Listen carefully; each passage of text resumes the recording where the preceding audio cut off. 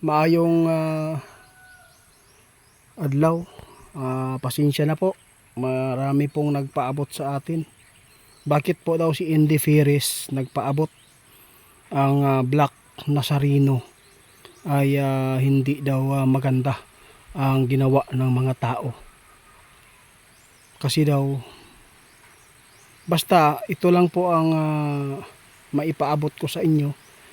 Kung ano man po ang masabi ng ating kaibigan, kung masama ba talaga ang Black Nazareno na ito ay celebritan ng mga tao ngayon, no? Kaya pasensya na po sa mga makapanood nito. Kung ano man po ang ipaabot ng ating kaibigan, no? Kung okay lang po siya, kung ipaabot po niya ang totoo dito, kung mali ba talaga ang ginawa ng mga nag-celebrate sa Nazareno, Black Nazareno. Kasi po sabi ng ating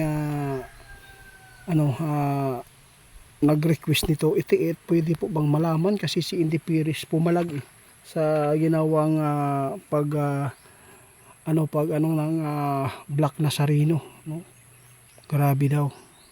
Magrespetuhan lang po tayo kung ano man po ang ipaabot ng ating kaibigan. Nasa inyo na lang po ito, kaibigan.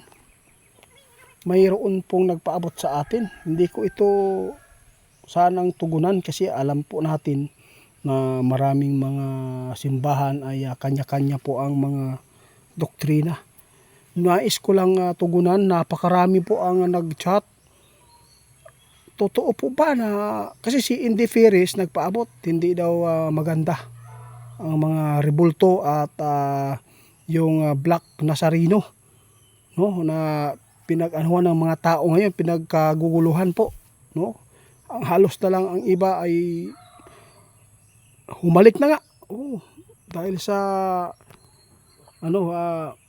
kung saan po ito idinadaos, no? Anong tawag dito mga idol? Pasensya na po kayo kasi minsan po tayo ay nalilito sa Tagalog, kaibigan.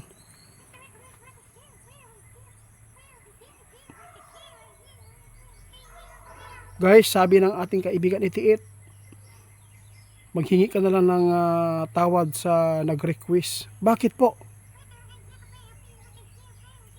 Ayaw daw ni kaibigan na ipaabot po ang totoo. Kung ikakabuti po kaibigan, bakit hindi natin ipaabot? Naku po guys, pasensya na po mga idol, no? Ayaw po daw ni kaibigan, nakalabanin po ninyo si kaibigan at ako, no? Ano po ba ang totoo dito kaibigan? Sige po, respetuhin ko po kayo. Pag sinabi ko daw ito guys, baka mayroon po mga simbahan ngayon papalag, no? Kasi alam po ninyo dito sa Pilipinas ay napakarami talagang mga simbahan ngayon na iba-iba po ang relihiyon. Kaya sa lahat ng makapanood nito, pasensya na po, hindi po si kaibigan nagbigay po ng tugon tungkol po sa Black Nazareno kasi alam po ninyo ay ayaw po ng ating kaibigan na makapagbigay tayo ng yung masamang pakiramdam ba sa mapaabutan natin, no? Kaya respetuhin po natin yung kaibigan. Wala po tayong magawa kung ayaw po niya magsabi kung ano po ba talaga ang katotohanan dito. Pero kung ano man po ang ipinapaabot ni Indy Ferris, si Indy Ferris na lang po ang tatanungin po daw ninyo, ha? Oo, sige kaibigan. Guys, pasayloa lang ko ninyo kung dili na ako, no, matugunan ang inyong request. Si kaibigan man ko dagdipinsa pud ni kay tungod kay daghan pud baya og lahi og relihiyon, no?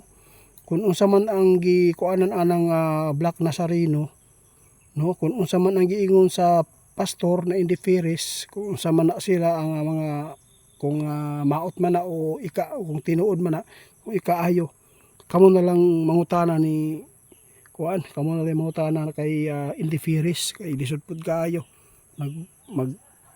paabot si kaibigan. Inahak na madumugan noon taan ni mo ato tag mga laing lugar, di ba? Oo, kung unsa man ang ato ang mga kuan karon, ato ang pagtuo ani mo ra gyud ni. respetuhay na lang, no? Kung unsa may nadungog ninyo kay indiferis, doon na lang kayo tanong po kung ano ba talaga, kung bakit ito ang kanyang ipinapaabot sa social media, kung bakit yan ang ipinapaliwanag niya, no, na sabi ng iba ay masama daw ang mag-ano ng mga rebulto at yung Black Nazareno, kaya mas lalo daw magagalit, no, ang Panginoon. Wala akong sinabi dito guys na isang panig. Gusto ko pantay, no, pantay po. Ayaw ko talaga makialam po sa ano, kasi si kaibigan talaga ang nagpaabot sa akin. Salamat na.